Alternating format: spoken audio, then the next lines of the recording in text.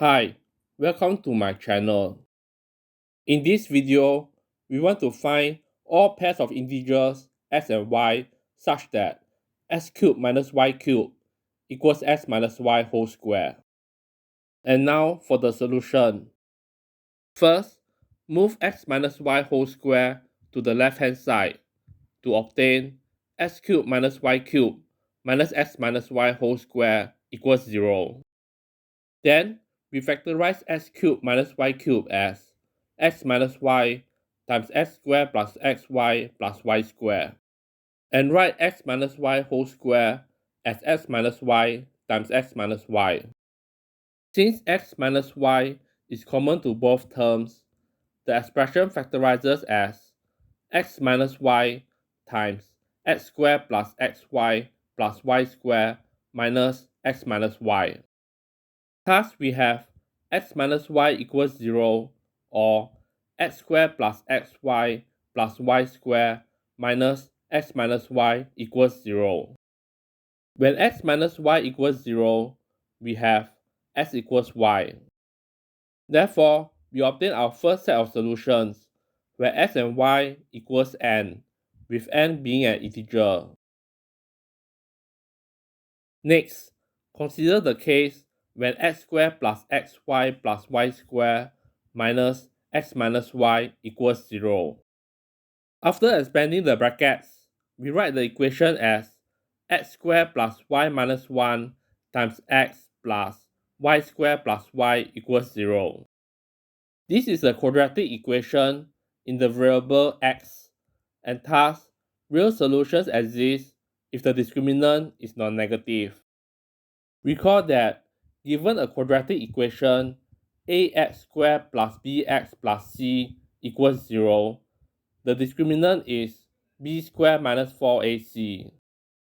For our case, a equals 1, b equals y minus 1, and c equals y squared plus y. So the discriminant will be y minus 1 whole square minus 4 times 1 times y squared plus y, and we require it to be greater than or equal to 0. Expanding y minus 1 whole square gives us y squared minus 2y plus 1, and expanding this term gives us minus 4y squared minus 4y. After combining like terms and rearranging, we obtain the inequality 3y squared plus 6y minus 1 is less than or equal to 0. The graph of 3y squared plus 6y minus 1 is this. Observe that the function is non-positive in this region.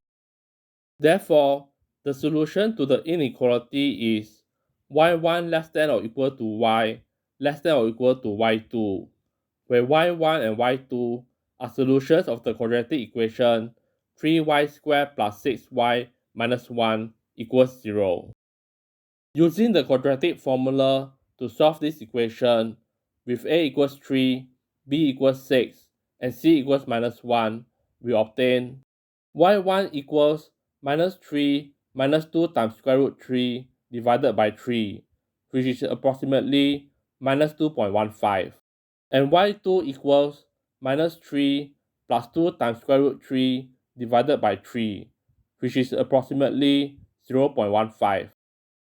Since we want integer solutions, the possible values of y that lie between y1 and y2 are minus 2, minus 1, and 0.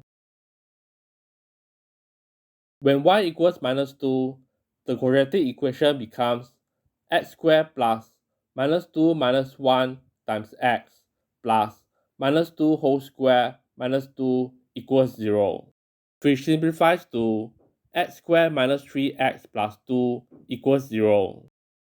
Solving this equation by factorization, we obtain x equals 1 or x equals 2.